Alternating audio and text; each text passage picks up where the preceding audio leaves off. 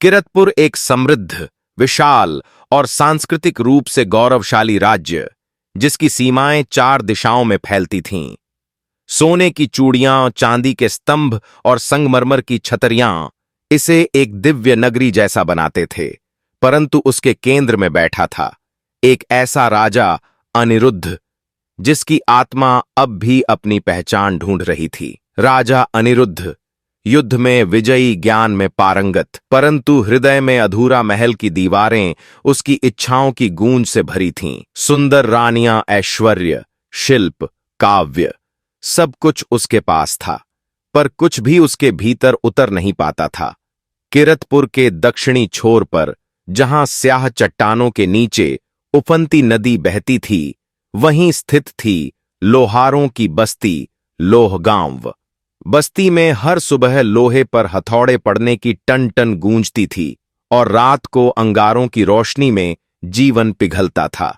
इसी बस्ती में जन्मी थी तारा, एक लोहार की बेटी, लेकिन अग्नि की आत्मजा कहते हैं। जब उसका जन्म हुआ, तब भरी बारिश में भी गांव की भट्ठी अपने आप जल उठी थी। तारा ने बचपन से आग को देखा नहीं, छुआ था। हथेली पर पड़े पुराने जलन के निशान उसकी पहली भेंट के चिन्ह थे। वह लड़कियों की तरह गुड़ियों से नहीं खेलती थी, वह जलते लोहों से तलवार बनाती थी। उसकी मां कहा करती थी, यह लड़की अग्नि से बनी है, इसे कोई झुलसा नहीं सकता सिवाय उसके जो इसका धैर्य जला दे। तारा की देह में मेहनत का सौंदर्य था।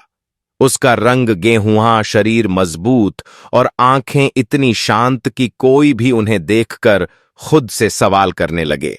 दिन भर वह लोहे को अग्नि में तपाती, फिर हथौड़े से उसे गढ़ती। तारा के हाथों से बनी तलवारें किरतपुर के रक्षकों को दी जाती थीं और उनका नाम था ज्वालबाला, क्योंकि वो आग से बनती थीं। गांव में लोग तारा से डरते भी थे और आदर भी करते थे। वह न ज्यादा बोलती थी, न झुकती थी। उसे पुरुषों की दृष्टि की आदत थी, लेकिन वह उनके सिर झुकाकर गुजरने की आदत भी बन चुकी थी। उधर राजा अनिरुद्ध, किरतपुर का अधिपति, एक जीत के बाद सीमावर्ती गांवों के निरीक्षण पर निकला था। उसे लोहारों की बस्ती की तलवारें चाहिए थीं, लेकिन उसे वहां कुछ और मिलना लिखा था। वो तारा को पहली बार तब देखता है जब वह हाथ में जलती तलवार लेकर उसकी धार को ठोक रही होती है। उस समय सूर्य अस्त हो रहा था। अंगारों की आभा उसकी त्वचा पर नाच रही थी। उसके माथे पर पसीने की बूंदें थीं और आंखों में गाढ़ा धैर्य, जो न किसी राजसी वैभव से डरता था, न किसी पुरुष की उपस्थिति से राजा ठिठक गया। कौन है ये कन्या? उसने अपने मंत्री से पूछा। एक लोहार की पुत्री महाराज, तारा नाम है। लोग उसे लोहारनी कहते हैं। राजा ने धीरे से कहा। लोहारनी नहीं, यह तो अग्निकन्या है, वह जो मिलती नहीं लेकिन छू लेती है। अनिरुद्ध के पास सुंदर स्त्रियों की कोई कमी न थी। महल की रानियां, नर्तकियां, संगीतकार सब उसकी इच्छाओं का हिस्सा थीं। लेकिन तारा को देखकर उसे कुछ विचित्र लगा। वह केवल आकर्षित नहीं हुआ, वो भीतर तक कांप गया। तारा ने उसकी तरफ देखा भी नहीं। वह जानती थी कि उसके पास कौन आया है, लेकिन उसने अपनी हथौड़ी नहीं रोकी। राजा ने स्वयं उसके पास जाकर कहा, तुम्हारे हाथों की बनी यह तलवार इतनी सुंदर है कि दुश्मन खुद को इसका शिकार होने देना चाहे। तारा ने पहली बार उसकी आंखों में देखा, गहरी, सीधी और बिल्कुल निर्भीक। और अगर शत्रु खुद राजा हो तो क्या उसे भी शिकार बनाना चाहिए? राजा मुस्कुराया, लेकिन वह मुस्कान आधी थी, क्योंकि उसने समझ लिया यह स्त्री न तो डरती है न प्रसन्न होती है। राजा उस रात लोहगांव में ही रुका। उसने तारा को आमंत्रित किया। भोजन, चर्चा, सम्मान। तारा ने मना कर दिया। मैं राजमहल की थाली नहीं छूती। आग से तपता खाना मुझे ज्यादा सच्चा लगता है। राजा ने पहली बार अपमान महसूस किया, लेकिन उसी अपमान में रस भी था। वह तारा को पाना चाहता था। अब यह केवल आकर्षण नहीं रहा, जिद बन गई थी। तारा अपने घर लौटी। चुपचाप अग्निकुंड के पास बैठी उसकी मां ने पूछा, राजा ने तुम्हें देखा? हां मां, तारा बोली, लेकिन मैंने उसे नहीं देखा। क्यों? क्योंकि उसकी आंखों में मैं नहीं थी। एक वस्तु थी। जिस दिन वो मुझे स्त्री नहीं, आत्मा समझेगा, शायद मैं तब देखूंगी। उस रात राजा सो नहीं सका। उसे स्वप्न आया। वह एक जंगल में है और एक स्त्री अग्निकुंड में बैठी तप कर रही है। वह स्त्री उसकी तरफ देखती है। वो तारा है, पर उसके चेहरे पर अग्नि है और होठों पर एक शाप। तू हर जन्म में मुझे चाहेगा, लेकिन पा नहीं सकेगा, क्योंकि तू देखने आया है, समझने नहीं। राजा नींद से चौंक कर उठा। पसीने से भीगा हुआ उसका अंत अभी शुरू ही हुआ था। राजा वह नहीं जो जितना जानता है, राजा वह है जो जितना सह पाता है। अपने भीतर की शून्यता को अनिरुद्ध बचपन से ही सब कुछ जीतता आया था। युद्ध, तर्क, स्त्रियां, सत्ता, उसकी हर इच्छा को आज्ञा माना गया। राजमहल में सुंदरियां थीं, लेकिन कोई तारा जैसी न थी। वो तारा के बाद से विचलित हो गया था। संध्या होते ही वह नृत्य नहीं देखता, मंत्रियों की बातें सुनता नहीं, बस सोचता कि एक लोहारनी उसकी इच्छा क्यों नहीं बनी। एक बार उसने दर्पण के सामने खड़े होकर खुद से पूछा, क्या मैं राजा हूं या बस एक भूखा मनुष्य। राजा ने दरबार के गुप्त तांत्रिक महातपस्वी ऋषिराज को बुलाया। राजा ने पूछा, मैं एक स्त्री से व्याकुल हो रहा हूं, एक लोहारनी तारा नाम की। मैं उसे क्यों नहीं भूल पाता। क्या यह मोह है या कुछ और? ऋषिराज ने गहरी दृष्टि से उसकी ओर देखा और कहा, राजन, यह तारा तुम्हारे इस जन्म की नहीं है। यह वह है जिसे तुमने त्यागा था। पिछली सदी में एक सन्यासी के रूप में तुमने उसे प्रेम का झूठ दिखाया और फिर उसे अकेले अग्नि में छोड़ दिया। राजा की आंखें फैल गईं। तुम्हारे ही कर्मों की राख अब तारा के रूप में सामने है। शाप यही है, हर जन्म में उसे चाहोगे, लेकिन पा नहीं सकोगे जब तक स्वयं को नहीं जीतते। राजा ने धीरे से पूछा, क्या मैं उसके करीब आ सकता हूं?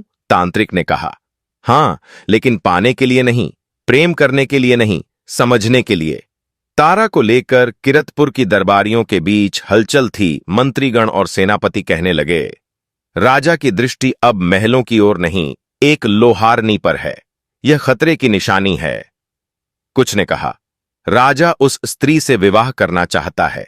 क्या एक लोहार की कन्या हमारी रानी बनेगी? यह परंपरा का अपमान है।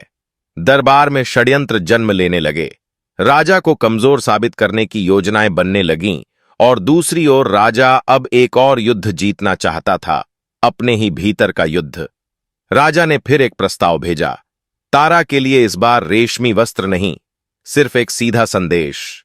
तारा, मैं तुम्हें रानी नहीं बनाना चाहता, मैं तुम्हें जानना चाहता हूं जैसा तुम हो। क्या तुम मेरे महल आओगी, मेरी आंखों से मुझे दिखाने? तारा ने संदेश पढ़ा और पहली बार उसकी आंखें थोड़ी देर के लिए ठहर गईं, पर उसने उत्तर दिया, राजा, मैं किसी महल की आंखों से किसी को नहीं देखती। अगर तुम्हें अपने भीतर झांकना है तो उस अग्निकुंड तक आओ जहां मैं हर दिन तपती हूं। राजा उस रात महल की छत पर अकेला बैठा रहा। उसने पहली बार अपने अहंकार से बात की, तारा मुझे नजर नहीं आती, क्योंकि शायद मैं अभी भी खुद को देख नहीं पा रहा। दूर लोहगांव में तारा अग्निकुंड के सामने बैठी थी। उसकी हथेली में जलता लोहा था और आंखों में एक प्रश्न, क्या यह वही सन्यासी है जो इस बार आग को छूने आया है या फिर से जलाने? राजा के पास सब कुछ था, फिर भी अधूरा था, और तारा के पास कुछ नहीं था, फिर भी वह पूर्ण थी। यह अध्याय समाप्त नहीं हुआ था। यह प्रेम नहीं, एक आत्मयुद्ध बन चुका था। राजा को अब समझ आने लगा था, तारा एक स्त्री नहीं, वह एक उत्तर है, और मैं अब भी सवाल हूं। प्रस्ताव जो आत्मा तक पहुंचे, तारा को पाने की चाह, अब राजा अनिरुद्ध की आदत नहीं, उसकी पीड़ा बन चुकी थी। 2 बार तारा ने अस्वीकार किया था। पहले जब उसने उसे रानी बनने का प्रस्ताव दिया, और फिर जब उसने आत्मीयता के साथ मिलने की विनती की।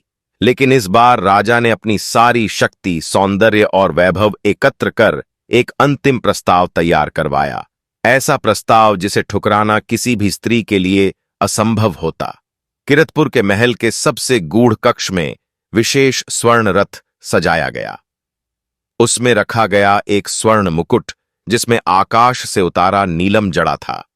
एक रेशमी वस्त्र, देवताओं की भेंट के धागों से बुना एक निमंत्रण पत्र जिसे स्वयं राजा ने लिखा, तारा, इस बार मैं सत्ता से नहीं बोल रहा, न वासना से। मैं केवल एक पुरुष हूं अधूरा, असहाय और आत्मा की पुकार से भरा हुआ। आओ और किरतपुर की रानी बनो, केवल मेरी नहीं, इस पूरे युग की ज्वालामयी रानी। जब यह रथ लोहगांव पहुंचा तो पूरा गांव स्तब्ध रह गया। लोगों ने देखा, लोहार की बेटी के दरवाजे पर राजा का स्वर्ण रथ खड़ा था। तारा बाहर आई, साधारण सूती वस्त्र में, माथे पर राख लगी हुई आंखों में वही ज्वाला। उसने रथ की ओर देखा, फिर मुकुट को, फिर उस पत्र को लिया। कुछ क्षणों तक मौन रहा, फिर उसने सबके सामने उस पत्र को अग्निकुंड में डाल दिया। राजा अनिरुद्ध, उसने ऊंची आवाज में कहा, तुमने फिर मुझे बांधना चाहा, इस बार प्रेम के नाम पर, लेकिन मैं रेशम नहीं पहनती, मुझे आग की आदत है। तारा ने महल के दूत को उत्तर भेजा, बिना किसी रेशमी रूमाल या खुशबू के, केवल राख में लिपटा। एक पत्र। राजा ने उसे पढ़ा। राजा, तुम्हारा प्रेम स्वर्ण जड़ित है, लेकिन मेरी आत्मा लोहे की बनी है। मैं रानी बनने नहीं जन्मी, मैं स्वयं एक राज्य हूं। मेरी सत्ता मेरी भट्ठी है, मेरी शक्ति मेरी हथौड़ी। मैं जिसे चाहूंगी उसे नहीं लूंगी, और मैं उसके साथ आग जलाऊंगी, लेकिन तुम अब भी जीतना चाहते हो। राजा ने वह पत्र पढ़ा और अकेला हो गया। वह अब तक सैकड़ों युद्ध जीत चुका था, पर आज पहली बार हारा था। वह सोने के महलों में बैठा था, परंतु उसकी आत्मा ठंडी और वीरान थी। उसने तारा को पाने के लिए जो किया वह प्रेम नहीं था, वह अधिकार था। तारा ने मुझे भोग नहीं भेद समझा है। मैं रानी चाहता था, लेकिन वह मुझे राजा बनना सिखा रही है। मेरे भीतर का राजा, रानियां और प्रतिस्पर्धा महल की रानियां चिंतित थीं। एक ने कहा, यदि लोहारनी ने महल में प्रवेश कर लिया तो हमारा क्या होगा? दूसरी ने उत्तर दिया, वह केवल अग्नि नहीं, एक तूफान है। अगर वो रानी बनी तो हम सबकी परछाइयां भी जल जाएंगी। कुछ रानियां गुप्त मंत्रियों से मिलीं। महल के अंदर षड्यंत्र की बीज फिर से बोए जाने लगे। उन्होंने सुझाव दिया, तारा को खतरनाक घोषित करो। राज्य के शिष्टाचारों का उल्लंघन करने वाली, समाज में विद्रोह की ज्वाला फैलाने वाली एक स्त्री। राजा को यह भनक लग गई, लेकिन वह मौन रहा। उस रात राजा अनिरुद्ध ने कोई सभा नहीं की, कोई आदेश नहीं दिया। वह एकांत में अपने कक्ष की अग्निकुंड के पास बैठ गया, आंखें बंद कर उस स्वप्न को याद करते हुए जो फिर से उसे आया था। वही तपस्विनी, वही अग्नि, वही शाप। हर जन्म में तू मुझे पाना चाहेगा, पर पा नहीं सकेगा जब तक खुद को नहीं पहचानता। उसने अपने माथे पर चंदन की जगह राख लगाई और खुद से कहा, अब मैं तारा को नहीं पाना चाहता, मैं उस अग्नि को समझना चाहता हूं जो उसे तारा बनाती है। अगली सुबह राजा ने एक विचित्र कार्य किया। वह रथ में सवार होकर एकदम अकेले लोहगांव पहुंचा। रथ में कोई रक्षक नहीं था, कोई घोषणा नहीं। गांव की स्त्रियां चौंक गईं, पुरुष पीछे हट गए। तारा उस समय अग्निकुंड के पास एक नई तलवार गढ़ रही थी। राजा चुपचाप सामने आकर खड़ा हुआ। तारा ने सिर उठाया। कोई हैरानी नहीं, कोई भय नहीं, न क्रोध, बस एक प्रश्न, अब क्या लाए हो?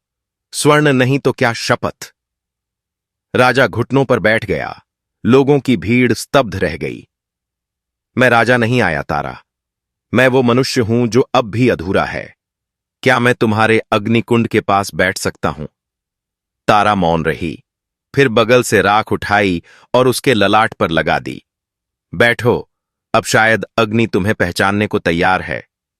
तारा ने पहली बार उसे देखा, बिना क्रोध, बिना तिरस्कार, एक गहराई से जो सिर्फ कोई स्त्री नहीं बल्कि एक आत्मा ही दे सकती थी। योग्य वही होता है जो अपने भीतर की पराजय स्वीकारे राजा। तुम उस तलवार के लिए तैयार नहीं, लेकिन तपस्या के लिए हो। राजा ने अपनी अंगूठी निकाली, वह अंगूठी जो पीढ़ियों से किरतपुर के राजाओं के हाथों में रही थी, और उसे अग्निकुंड के पास रखा। यदि मैं इसे पहनने के योग्य नहीं तो अग्नि इसे नष्ट कर दे। तारा ने देखा, यह पहली बार था जब एक पुरुष ने अपने राज्य का प्रतीक अग्नि के सामने समर्पित किया। उस रात तारा ने अग्निकुंड के पास बैठे बैठे अपने पिता से कहा, राजा में परिवर्तन हो रहा है, लेकिन मैं कोई गुरु नहीं, कोई परीक्षक नहीं। मैं केवल अग्नि हूं जो जलाती है लेकिन दिशा भी देती है। राजा अनिरुद्ध लौटा, लेकिन इस बार वह कुछ जीत कर नहीं बल्कि छोड़कर लौटा था। उसके चेहरे पर पहली बार एक शांति थी, पर अभी भी हर रात वही स्वप्न आता था, एक तपस्विनी जो ज्वालामुखी के किनारे तप कर रही है। सूर्य की ओर आंखें खोले अग्नि में बैठी वह स्त्री तारा ही थी, और फिर अचानक एक पुरुष वस्त्रहीन जटाधारी विरक्त उसके सामने खड़ा होता है। वह मुस्कुराता है, हाथ बढ़ाता है और कहता है, प्रेम के नाम पर चलो और फिर भूल जाओ। तपस्विनी मुस्कुराकर उसकी बात मान लेती है। वह उसके साथ जाती है और फिर अग्नि में धकेल दी जाती है। हर बार यही होता है। एक दिन दरबार में एक अंधा वृद्ध तपस्वी आता है। उसकी आंखें धंसी हुई हैं, लेकिन उसकी आवाज धधकती अग्नि जैसी है। वह कहता है, राजा अनिरुद्ध, तुम मुझे नहीं जानते, पर मैं तुम्हें जानता हूं। तुम्हारे पूर्व जन्म से राजा चौंक जाता है। कौन हो तुम? मैं वह हूं जो तुम्हारे ही अपराध का साक्षी रहा हूं, जब तुमने एक तपस्विनी को प्रेम का झूठ दिखाया और फिर उसे उसकी अग्नि में छोड़ दिया। राजा धीरे से बोलता है, क्या वो तपस्विनी तारा थी? हां, और वह शाप अब भी जीवित है। तुम उसे चाहोगे पर कभी न पा सकोगे, जब तक कि तुम उस अग्नि में न तपो जिसमें तुमने उसे डाला था। तपस्वी ने कहा, सुनो अनिरुद्ध, युगों पहले तुम थे विभानंद। एक नौजवान सन्यासी, तुम्हारी ख्याति चारों दिशाओं में थी। एक दिन हिमगिरी की कंदराओं में एक कन्या तप कर रही थी। सौंदर्य, तेज और वैराग्य की मूर्ति उसका नाम था तारिका। तुमने उसे देखा और मोहित हो गए। तुमने प्रेम का स्वांग रचा, ध्यान, दर्शन, ब्रह्म सब मिलाया, और फिर जब उसने तुम्हें अपना सर्वस्व समर्पित कर दिया, तुम उसे छोड़कर चले गए, यह कहकर कि यह सब माया है। राजा की आंखें भर आईं। वह चुपचाप उसी अग्निकुंड में बैठ गई और उस अग्नि से शपथ ली, हे अग्नि, मैं इस पुरुष को हर जन्म में देखूंगी। वह मुझे चाहेगा पर पा नहीं सकेगा, जब तक वह स्वयं को न देख ले और मेरी अग्नि में तप न जाए। राजा के लिए यह सुनना किसी अग्नि में डूबने जैसा था। वह महल की छत पर गया और देर तक आकाश को देखता रहा। मैंने उसे पहले भी जलाया और आज मैं फिर से उसे पाने की भूल कर रहा था। उसने रानियों को बुलाया, मंत्रियों को भी, और स्पष्ट कहा, तारा को पाने की मेरी अभिलाषा नहीं रही। अब वह मेरी परीक्षा है, मेरी तपस्या है। वह रानी नहीं, मेरी आत्मा का दर्पण है। तारा को जब उस तपस्वी के आने की खबर मिली तो वह समझ गई कि सत्य अब सामने आ गया है। उसने अपनी मां से कहा, मां, मुझे अब उसका प्रेम नहीं चाहिए। अगर उसे कुछ चाहिए तो उसे खुद को पहचानना चाहिए। मैं तब तक प्रतीक्षा करूंगी जब तक उसकी आंखें मेरी देह नहीं, मेरी आत्मा को देख सकें। राजा अगली सुबह स्वयं लोहगांव गया। इस बार उसके हाथ में कोई स्वर्ण नहीं, कोई रथ नहीं, बस एक माला और एक लालचट लोहे की छड़ थी। तारा ने पूछा, अब क्या लाए हो? राजा बोला, तुम्हारी भट्टी से बना अस्त्र और यह प्रार्थना कि मैं कुछ दिन यहां काम कर सकूं। एक राजा नहीं, एक लोहार की तरह तारा चुप रही। फिर उसने उसकी हथेली पर एक जलता हुआ लोहे का टुकड़ा रखा। अगर तुम इसे बिना गिराए पकड़ सको तो मैं तुम्हारे साथ एक दिन काम करने दूंगी। राजा ने उस जलते टुकड़े को उठाया। उसकी हथेली जल गई, पर वह मुस्कुराया और कहा, शायद अब मैं उस अग्नि में प्रवेश कर रहा हूं जहां राख ही तपस्या है। राजा अनिरुद्ध अब वह नहीं रहा जो कुछ सप्ताह पहले था। महल के सभा मंडप सूने हो चले थे। जहां पहले रत्नों की झंकार और रानियों की हंसी गूंजती थी, अब वहां मौन बैठा राजा तारा की गढ़ी तलवारों को घंटों देखता। रानियों ने देखा कि राजा अब रेशम नहीं पहनता, भोजन में राजसी स्वाद नहीं पूछता, और हर दिन दोपहर में लोहगांव जाकर भट्टी के पास बैठता है, जहां वह लोहे को स्वयं पीटता है। राज्य के सेवकों ने यह भी देखा कि राजा की हथेलियों में छाले पड़ने लगे हैं, लेकिन वह दर्द में मुस्कुराता है। राजा का मन कहीं और है, और वह मन दरबार से दूर किसी और सत्ता के चरणों में झुका है। महल की प्रथम रानी अवंतिका ने मंत्रियों को बुलाया। राजा ने अब तारा को भट्टी में बराबरी से बैठा लिया है। कल वो उसे सिंहासन पर बैठा देगा और हम सब राख हो जाएंगे। द्वितीय रानी देवयानी ने कहा, वो स्त्री लोहारनी नहीं, महाअभिशप्त है। औरतों को आग नहीं, श्रृंगार में रहना चाहिए। तीसरी रानी सुरंजना बोली, हमें कुछ करना होगा या तारा हम सबको निगल जाएगी। एक लौ बनकर जो सम्राट की आत्मा से चिपक गई है। एक गुप्त सभा रात के तीसरे पहर दरबार के गुप्त कक्ष में हुई उपस्थित थे सेनापति वरद, महामंत्री गिरिनाथ, रानी अवंतिका। तांत्रिक महाशिव गुप्त गिरिनाथ बोला, राजा मोह में पागल हो चुका है। एक लोहारनी से प्रेम, ये परंपरा, राजनीति, धर्म सबका अपमान है। वरद ने तलवार टेबल पर रखी। अगर तारा को इस राज्य से हटाना है तो या तो उसे अपमानित करो या मृत। महाशिवगुप्त मुस्कुराया, न स्त्री को मारो, उसे डर दो, ऐसा डर कि अग्नि भी कांप जाए। तारा पर आरोप लगाया गया, वह निचली जाति के लोगों को राज्य के खिलाफ भड़का रही है। वह गुप्त अस्त्र तैयार कर रही है। राजा की हत्या के लिए गांव में अफवाह फैलाई गई कि तारा ने किसी रानी पर कालिक जादू किया। राज दरबार में विशेष न्याय सभा बुलाई गई। एक राजदूत तारा के सामने आया, हाथ में शाही फरमान। तारा लोहारनी को किरतपुर राजसभा में उपस्थित होना होगा। उस पर गुप्त विद्रोह की योजना का आरोप है। गांव की स्त्रियां कांप उठीं, लेकिन तारा की आंखों में न क्रोध था न भय, केवल एक स्थिर मुस्कान। उसने हथौड़ी नीचे रखी, राख से चेहरा पोंछा और कहा, मैं जाऊंगी। मैं दोषी नहीं, लेकिन साक्षी जरूर हूं, उस आग की जो इस राज्य को भीतर से खा रही है। तारा पहली बार महल में प्रवेश कर रही थी। एक अभियुक्ता के रूप में लाल पत्थरों की सभा, सोने की दीवारें और हजारों की भीड़, मंत्रीगण, रानियां, राजा, सब एक ओर और दूसरी ओर अकेली। तारा भट्टी की राख के साथ गिरिनाथ ने कहा, राजा, ये स्त्री लोहे की तलवारें बनाकर राज्य के भीतर विद्रोह भड़का रही है। वह रानियों को नष्ट करने के लिए जादू कर रही है। सभा में गूंज होती है। राजा चुपचाप सुन रहा है। उसकी आंखें एकटक तारा को देख रही हैं। तारा खड़ी होती है, न सर झुका न कांपती। मैं तलवारें बनाती हूं, हां, लेकिन हर तलवार तुम्हारे सैनिकों की रक्षा के लिए मैं चिंगारी हूं।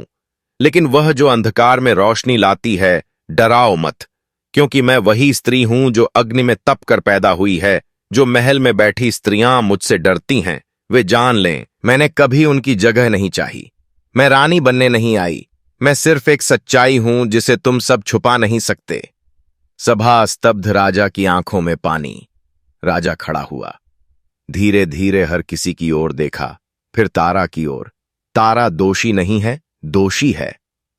हमारा डर दोषी हैं वे आंखें जो श्रम और शक्ति से बनी स्त्री को सम्मान नहीं, केवल खतरा मानती हैं। आज से तारा कोई अभियुक्त नहीं, किरतपुर की अग्निसखी है। वह महल नहीं मांगेगी, लेकिन महल उसे सुनना होगा। सभा मौन, तारा मौन। केवल राजा और तारा की आंखों के बीच एक दीप्त अग्निपथ। रिहाई नहीं, बदलाव चाहिए।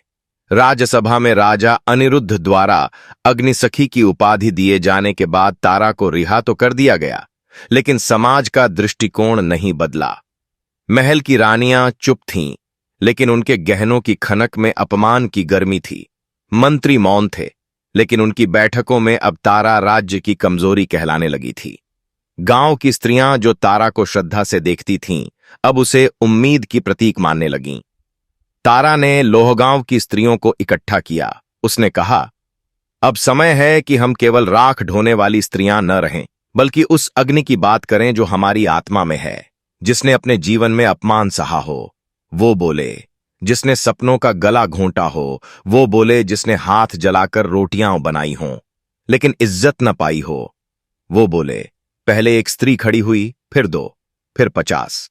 तारा ने पहली बार सुनने का आंदोलन शुरू किया। तारा ने लोहगांव की स्त्रियों और कारीगरों के साथ मिलकर एक योजना बनाई, एक स्वतंत्र हथियार निर्माण केंद्र जहां केवल स्त्रियां काम करेंगी, एक ज्ञान गृह जहां बच्चों को केवल धर्म नहीं, तर्क, विज्ञान और न्याय सिखाया जाएगा, एक लोकसभा जहां गांव के लोग खुद अपने नियम तय करेंगे। इस आंदोलन को नाम मिला राख से राज। राज्य भर में यह खबर फैलने लगी। महामंत्री गिरिनाथ चिढ़ गया। राजा ने उसे रिहा किया और अब वह राज्य के भीतर दूसरा राज्य बना रही है। सेनापति वरद ने कहा, वह केवल लोहारनी नहीं रही, वह जनता की आंख बन गई है। रानियां फिर एकत्र हुईं। अब ये सिर्फ प्रेम की बात नहीं रही, यह तख्त की लड़ाई बन गई है। राजा अनिरुद्ध को सूचना मिली कि लोहगांव में स्त्रियां हथियार बना रही हैं और सैनिकों ने सूचना दी कि कई लोग अब महल को पुराने युग का प्रतीक कहने लगे हैं। राजा के मन में द्वंद्व था, तारा से प्रेम, लेकिन शासन की मर्यादा भी उसने तारा को मिलने बुलाया। निजी कक्ष में तारा आई, राख लगे वस्त्र, साधारण धोती और कंधे पर एक लोहे की धारदार औजार। राजा ने कहा, तारा, तुम क्रांति कर रही हो, लेकिन यह आग राज्य को जला सकती है। तारा मुस्कुराई, तेज लेकिन शांति से नहीं राजा, मैं राज्य को नहीं, उस सोच को जलाना चाहती हूं जो समझता है कि औरत सिर्फ सौंदर्य है, शक्ति नहीं। क्या मैं पूछ सकती हूं, आपने मुझे अग्निसखी बनाया, लेकिन क्या आपने कभी मुझे राजनीति में साथ देने का प्रस्ताव दिया? राजा मौन रह गया।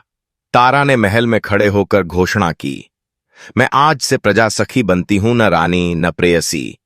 मैं वो हूं जो जनता की आवाज लेकर सत्ता की आंखों में देख सके। वह लौटी, लेकिन अब अकेली नहीं थी। सैकड़ों स्त्रियां उसके साथ थीं। किरतपुर के कई गांवों में तारा की शिक्षा, श्रम और स्वाभिमान की बात फैलने लगी। लड़कियां हथौड़ी चलाना सीखने लगीं, लड़के रोटियां बनाना। बुजुर्ग अब कथा नहीं, न्याय सुनाने लगे। एक नए युग का आरंभ हो चुका था, जिसमें सत्ता ताज से नहीं, साहस से बनती थी। राजा अनिरुद्ध इन दिनों बहुत शांत दिखाई देता था, लेकिन भीतर से वह एक चट्टान की तरह टूट रहा था। तारा से प्रेम, उसका अस्वीकार, फिर उसका विद्रोह, यह सब मिलकर राजा की सत्ता को नहीं, बल्कि उसके मनुष्यत्व को झकझोर चुके थे। मैंने उसे रानी बनाना चाहा और वह रानियों से परे चली गई। एक विचार बन गई। एक क्रांति राजमहल में सोना चमकता था, पर राजा की आंखों में केवल राख की परछाई थीं। राजा ने फिर उस वृद्ध तपस्वी को बुलवाया जिसने पूर्व जन्म का रहस्य बताया था। राजा ने पूछा, क्या मैं अब भी अपने अपराध का प्रायश्चित कर सकता हूं? तपस्वी ने कहा, शब्दों से नहीं राजन, अब केवल तप और त्याग ही तुम्हारा प्रायश्चित है। तारा के पीछे मत भागो, उसकी दृष्टि को अपना बनाओ। राजा ने एक ऐतिहासिक आदेश दिया, आज से किरतपुर का महल केवल शासकों का निवास नहीं, जन की पाठशाला होगा, जहां रानियां और सेविकाएं नहीं, स्त्रियां और श्रमिक आएंगी, सीखने, सिखाने और बोलने। महल के एक हिस्से को स्कूल में बदला गया। रानियां स्तब्ध, कुछ रानियां रो पड़ीं। अब हमें भी श्रम करना होगा, राजा ने मुस्कुराकर कहा। अब तुम श्रृंगार से नहीं, कर्म से सुंदर होगी। राजा ने एक और साहसिक निर्णय लिया। प्रत्येक गांव से एक स्त्री को जनप्रतिनिधि बनाकर राजसभा में बुलाया जाएगा। तारा को विशेष आमंत्रित नीति निर्माता के रूप में स्थान दिया जाएगा। मंत्रीगण अब केवल ब्राह्मण या सेनापति नहीं होंगे, कारीगर, कृषक, शिक्षक भी होंगे। गिरिनाथ, वरद और कई पुरानी शक्तियां राजा के इस कदम से क्रुद्ध हो उठीं। उन्होंने कहा, राजा अब राज्य नहीं चला रहा, वह तो तारा के सम्मोहन में जी रहा है। राजा ने तारा को स्वयं एक पत्र लिखा, तारा, मैं अब प्रेम नहीं पश्चाताप से भरा हूं। क्या तुम महल आओगी? महल की साज सज्जा नहीं देखने, बल्कि उसे बदलने। तारा ने उत्तर दिया, राजा, यदि तुम अब भी मुझे बुलाते हो किसी शीर्षासन पर बैठाने, तो मैं नहीं आऊंगी। लेकिन अगर तुम मुझे बराबरी पर चलने बुला रहे हो, तो मैं तुम्हारे साथ चल सकती हूं। बिना किसी मुकुट के तारा महल पहुंची, पहली बार सत्ता के भीतर। लेकिन दास्ता के बिना राजा ने सभा में तारा के लिए आसन रखवाया, न ऊंचा न नीचा। समान सभा में राजा ने घोषणा की, यह तारा केवल मेरी नहीं, किरतपुर की आत्मा है। मैं इसे रानी नहीं कहूंगा, यह मेरे साथ राज करेगी, लेकिन मन से, नीति से और न्याय से। सभा चकित, कभी किसी स्त्री को राजा के समकक्ष नहीं बिठाया गया था। राजा अब हर दिन कुछ समय भट्टी में काम करता और गांव की सभाओं में शामिल होता। उसकी हथेलियां अब गहनों जैसी कोमल नहीं, बल्कि तपती हुई सच्चाई की तरह सख्त हो चुकी थीं। तारा अब कहती थी, अब तुम उस अग्नि से डरते नहीं, इसलिए अब शायद तुम पाने योग्य हो। किरतपुर का वह सिंहासन जिसे पीढ़ियों से देवताओं का आशीर्वाद माना गया था, अब राजा अनिरुद्ध को एक वज्र का बोझ लगने लगा था। हर निर्णय से पहले वह सोचने लगा, क्या मैं यह आदेश एक राजा के रूप में दे रहा हूं, या एक पुरुष, या एक पश्चाताप से भरा हुआ आत्मा। राजा के पास अब तारा का साथ था, लेकिन न वह प्रेम था न अधिकार, बल्कि एक साझा यात्रा थी। एक शाम तारा और राजा महल के पीछे बैठे थे। चुपचाप तारा ने कहा, राजा, सिंहासन तुम्हारी परीक्षा ले चुका है, अब तुम्हारा मन क्या चाहता है? राजा ने उत्तर दिया, मन अब किसी को शासित नहीं करना चाहता। मैं अब किसी राजा से नहीं, केवल एक मनुष्य से जुड़ना चाहता हूं। तारा मुस्कुराई। पहली बार ममत्व से राजा ने एक विशेष जनसभा बुलवाई। वहां आमजन, सेनापति, रानियां, बच्चे, किसान सब एकत्र हुए। राजा अनिरुद्ध ने अपने मुकुट को अग्निकुंड के पास रखा और कहा, आज से यह मुकुट किरतपुर की जनता का है। यह किसी एक सिर का नहीं, हर उस हाथ का है जो श्रम करता है। मैं अब राजा नहीं, केवल अनिरुद्ध हूं। तारा के साथ, तुम्हारे साथ, इस युग की सच्चाई के साथ सभा स्तब्ध थी। रानियां रो रही थीं, लेकिन यह हार नहीं थी, एक युगांत था। राजा और तारा ने मिलकर नवकिरतपुर सभा की स्थापना की। एक ऐसी सत्ता जिसमें हर निर्णय ग्राम सभा से निकलता, औरतों और पुरुषों की भागीदारी बराबर होती, श्रम करने वाले ही नीति बनाते। तारा ने कहा, यहां कोई राजा नहीं होगा, केवल सेवक होंगे। जनता के लोगों ने पूछा, क्या अब आप दोनों विवाह करेंगे? तारा हंसी और बोली, विवाह वह करता है जो स्वामित्व चाहता है। हमारा संबंध कोई बंधन नहीं, यह संवाद है। दो अग्नियों का अनिरुद्ध ने कहा, मैं उसे पा नहीं सका, लेकिन आज वह मेरे भीतर बस गई है। और मैं उसके भीतर एक रात अनिरुद्ध अकेले भट्टी के पास बैठा था। उसने देखा, उसकी हथेली में बचा एक पुराना छाला अब मिट चुका है। तारा पास आई।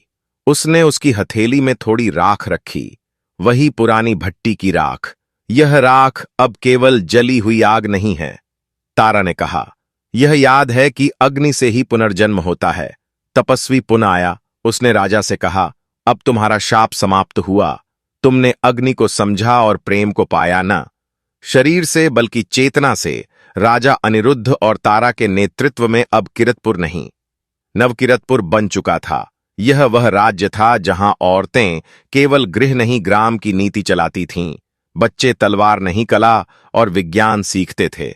और राजा कोई व्यक्ति नहीं, एक विचार था सेवा का। तारा को अब कोई रानी नहीं कहता था, बल्कि आग की मां कहकर पुकारता था, क्योंकि उसने सभी को तपाया और फिर मजबूत बनाया।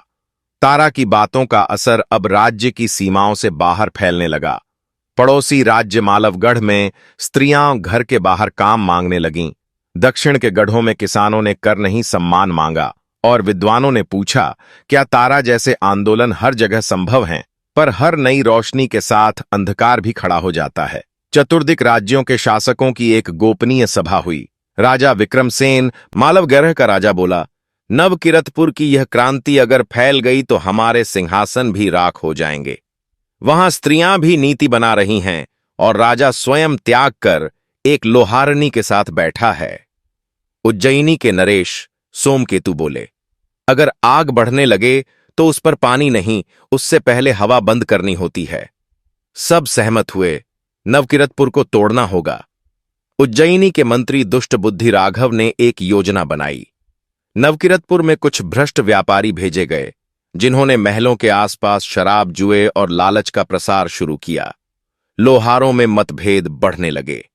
कुछ लोग अब पुराने वैभव की ओर लौटना चाहते थे। मालवगढ़ के गुप्तचरों ने तारा को चरित्रहीन घोषित करने की अफवाहें फैलानी शुरू कीं। तारा राजा की रखैल थी, अब खुद को देवी बना रही है। लोहारनी क्या राज चलाएगी? अब पुरुषों को रोटियां सेंकनी पड़ रही हैं। ये कैसी सत्ता है? तारा सब जानती थी, लेकिन मौन थी। एक दिन अनिरुद्ध ने पूछा, तारा, तुम प्रतिकार क्यों नहीं करती? तारा बोली, जो अग्नि भीतर जल रही है उसे बाहर के तूफानों से डर नहीं, लेकिन समय आ गया है। अब स्वप्न को सुरक्षा चाहिए।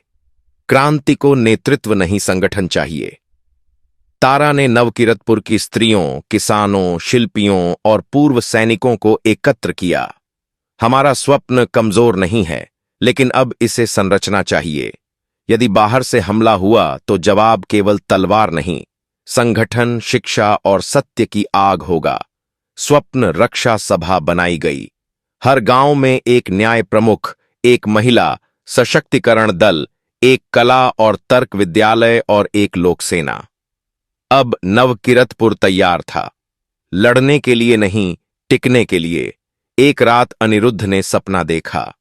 वही तपस्विनी राख में बैठी उसके पास आई और बोली, अब अग्नि की परीक्षा बाहरी नहीं, भीतर की होगी। क्या तुम टिक सकोगे उस युग में जहां तुम्हारे स्वप्न को कलंक और तुम्हारे प्रेम को पाप कहा जाएगा? राजा ने अपनी हथेली की ओर देखा, जहां फिर एक छोटा सा छाला उभर आया था। सूर्य के उदय से पहले नवकीरतपुर की सीमाओं पर धूल उठने लगी। मालवगढ़, उज्जैनी और 2 अन्य पड़ोसी राज्यों की संयुक्त सेनाएं अब नवकीरतपुर पर चढ़ आई थीं। 10,000 घुड़सवार महलों पर, लक्षित बाण और नारों में जहर लोहारनी का राज नहीं चलेगा। तारा को मिटाओ, ताज को लौटाओ। यह युद्ध केवल सत्ता का नहीं, बल्कि एक विचार और एक युग के बीच का संघर्ष था। सभा में भय था, क्रोध था और भ्रम भी। कुछ लोगों ने कहा, हम आत्मसमर्पण कर दें, आग बहुत फैल गई है। तारा ने शांत स्वर में कहा, यदि हम अब झुक गए तो आने वाली पीढ़ियों की रीढ़ता कभी सीधी नहीं होगी। मैं युद्ध नहीं चाहती, लेकिन यदि मेरे स्वप्न को जला देने कोई आए तो मैं राख बनकर भी खड़ी रहूंगी। अनिरुद्ध अब कोई राजा नहीं था, पर उसकी आत्मा अब अग्नि की तरह तेजस्वी थी। वह लोहगांव गया, वहीं जहां तारा तलवारें गढ़ा करती थीं। उसने कहा, मेरे लिए अब कोई सिंहासन नहीं, पर यह भूमि है, यह विचार है, और मैं उसका पहला रक्षक हूं। उसने अपने हाथों से एक पुरानी तलवार को दोबारा तपाया। वह वही तलवार थी जिसे तारा ने कभी लौटा दिया था। तीसरे दिन भोर में आकाश लाल हो गया। दुश्मन सेनाएं बढ़ चलीं, लेकिन उन्हें सामने मिला पुरुष नहीं, स्त्रियां, तलवार नहीं, औजार और राजमहल नहीं, मिट्टी की दीवारें जिन पर लिखा था, हम सत्ता नहीं, स्वप्न की रक्षा कर रहे हैं। युद्ध भयंकर हुआ। सैनिकों को नवकीरतपुर की स्त्रियां धान की तरह गिराती थीं। बच्चे बाण नहीं, जागरूकता के घोष लेकर गांवों में दौड़ते थे, और अनिरुद्ध एक साधारण वस्त्र में पर असाधारण वीरता से युद्ध भूमि में उतर चुका था। दुश्मनों ने महल की ओर बढ़ना चाहा, लेकिन सामने खड़ी थी तारा। उसके हाथ में तलवार नहीं थी, केवल एक जलती हुई मशाल। तुम हमारे शरीर को मिटा सकते हो, पर विचार को नहीं। हम राख बन जाएंगे और फिर उसी राख से नए बीज उगेंगे। युद्ध के अंत में जब दुश्मनों ने महल के द्वार तोड़े, वे अंदर गए तो तारा और अनिरुद्ध अग्निकुंड के पास हाथ जोड़े बैठे थे। उनके चारों ओर बच्चे, स्त्रियां और बुजुर्ग मंत्र जप रहे थे। यह हमारा अंत नहीं, यह हमारी पूर्णाहुति है। एक दुश्मन सैनिक ने तलवार उठाई, लेकिन फिर जैसे हवा रुक गई। तपस्वी प्रकट हुआ, वही वृद्ध। तुम आग से लड़ना चाहते हो तो जान लो, यह अग्नि अब किसी देह में नहीं, हर चेतना में बस चुकी है। सैनिक पीछे हटने लगे। राजाओं ने घोषणा की, नवकीरतपुर को तोड़ना असंभव है। यह राज्य नहीं, युग की चेतना है। युद्ध समाप्त हुआ। नवकीरतपुर बच गया, लेकिन तारा और अनिरुद्ध अंत में अग्निकुंड के पास अग्नि समाधि में लीन हो गए। कोई चीख नहीं, कोई क्रंदन नहीं, केवल मौन जो इतिहास बन गया। एक बच्चा लोहगांव के उसी स्कूल में पढ़ रहा था। उसने शिक्षक से पूछा, गुरुदेव, तारा और अनिरुद्ध कहां गए? शिक्षक ने मुस्कुराकर राख से भरी एक डिबिया निकाली और कहा, यही हैं वे। अमर नहीं हुए शरीर से, वे अमर हुए उस आग से जिसने एक पीढ़ी को झुकना नहीं, जलना सिखाया।